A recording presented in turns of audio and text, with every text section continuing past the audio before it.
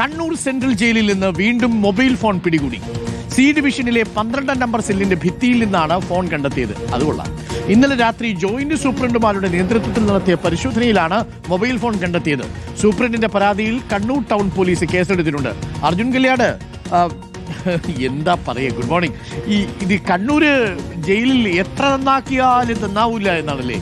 തടവുകാർക്ക് mobile ഫോണൊക്കെ ഉപയോഗിച്ച് ഇനിയൊരു ഫ്രീ വൈഫൈയും പിന്നെ പർട്ടിക്കുലർ ഹോം തിയേറ്ററും ഒക്കെ വാങ്ങിച്ചു കൊടുത്തു കഴിഞ്ഞാൽ കുറച്ചുകൂടി സൗകര്യമായിരിക്കും. ഇതെന്താ സംഭവിക്കുന്നത്? അവിടെ എങ്ങനെയാണ് ഈ മൊബൈൽ ഫോണൊക്കെ ഇവരുടെ ഉള്ളിൽ എത്തുന്നത്? ഇതൊന്നും നോക്കാൻ അവിടെ ആരും ഇല്ലേ അർജുൻ കല്യാൺ? ഡോക്ടർ അരുൺകുമാർ, ഇപ്പോൾ കണ്ണൂർ സെൻട്രൽ ജയിലിന്റെ തുടർച്ചയായി വരുന്ന കഥകൾ കേട്ട് നാട്ടുകാർ പോലും പറഞ്ഞു തുടങ്ങി സെൻട്രൽ ജയിലിലേക്ക് പോവാം, അതാണ് കൂടുതൽ സൗകര്യമെന്ന അവസ്ഥയിലേക്ക് കാര്യങ്ങൾ മാറുകയാണ്. എല്ലാ സൗകര്യങ്ങളും തടവുകാർക്ക് ലഭിക്കുന്നു എന്നുള്ളതാണ് മനസ്സിലാക്കാൻ വേണ്ടി കഴിയുന്നത്. ഈ 10 ദിവസത്തിനിടയിൽ, അതായത് കഴിഞ്ഞ ഓഗസ്റ്റ് 10-ാം തീയതിയാണ് അവിടെ നിന്നും 3 മൊബൈൽ ഫോണുകൾ കണ്ടെത്തിയത്. ഇപ്പോൾ ഇതാ വീണ്ടും ഒരു മൊബൈൽ ഫോൺ കൂടി കണ്ടെത്തുന്നു. അതിൻ്റെ ഏറ്റവും വലിയ ഒരു തമാശ അല്ലെങ്കിൽ ഒരു വൈരുദ്ധ്യം എന്ന് പറയുന്നത്, ഇന്നലെയും അതുപോലെ തന്നെ മിനിഞ്ഞാന്നുമായി ഈ ഗോവിന്ദച്ചാമിയുടെ ജയിൽ ചാട്ടത്തിന് പിന്നാലെ സർക്കാർ നിയോഗിച്ചിട്ടുള്ള പ്രത്യേക അന്വേഷണ സമിതി ആ സെൻട്രൽ ജയിലിൽ പരിശോധന നടത്തിയിരുന്നു. അവിടുത്തെ സുരക്ഷാ വീഴ്ച സംഭവിച്ചിട്ടുള്ള വിശദമായ കാര്യങ്ങളെക്കുറിച്ച് പഠിച്ചിരുന്നു. അതിനുശേഷം സൂപ്രണ്ടിനോടും DIGയോടും ഒക്കെ അതുമായി ബന്ധപ്പെട്ടുകൊണ്ട് മൊഴി രേഖപ്പെടുത്തുകയും ഒക്കെ ചെയ്തിരുന്നു. ഇന്നലെ ഉച്ചയ്ക്ക് ശേഷമാണ് ആ സംഘം കണ്ണൂരിൽ നിന്ന് മടങ്ങുന്നത്.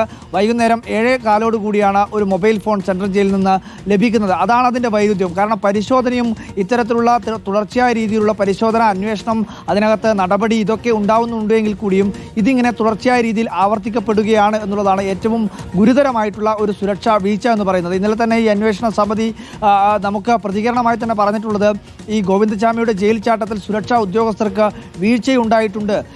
ഈ ഉദ്യോഗസ്ഥരുടെ അഭാവം, അതായത് അവിടെയുള്ള തടവുകാരുടെ വലിയ ബാഹുല്യവും അതിൻ്റെ 1/3 അല്ലെങ്കിൽ അതിനാവശ്യമായിട്ടുള്ള ഉദ്യോഗസ്ഥരുടെ 1/3 ഉദ്യോഗസ്ഥർ മാത്രമേ സെൻട്രൽ ജയിലിലുള്ളൂ എന്നുള്ള കാര്യം കൂടി ഈ സമിതി പറഞ്ഞിരുന്നു. എന്തായാലും ഇപ്പോൾ പിടികൂടിയിരിക്കുന്നത് ഒരു നോക്കിയ കീപാഡ് ഫോണാണ്.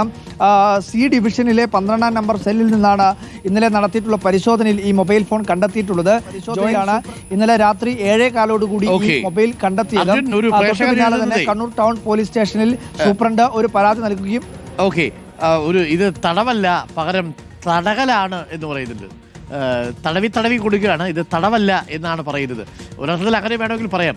ഈ ഫോണൊക്കെ പരിശോധിച്ച് കഴിഞ്ഞാൽ ഇത് ആർക്കാണ്, എവിടെ നിന്നാണ് ഫോൺ വന്നത് എന്ന കാര്യങ്ങളൊക്കെ എളുപ്പം ആളുകൾക്ക് മനസ്സിലാക്കാൻ പറ്റൂലേ അർജുൻ?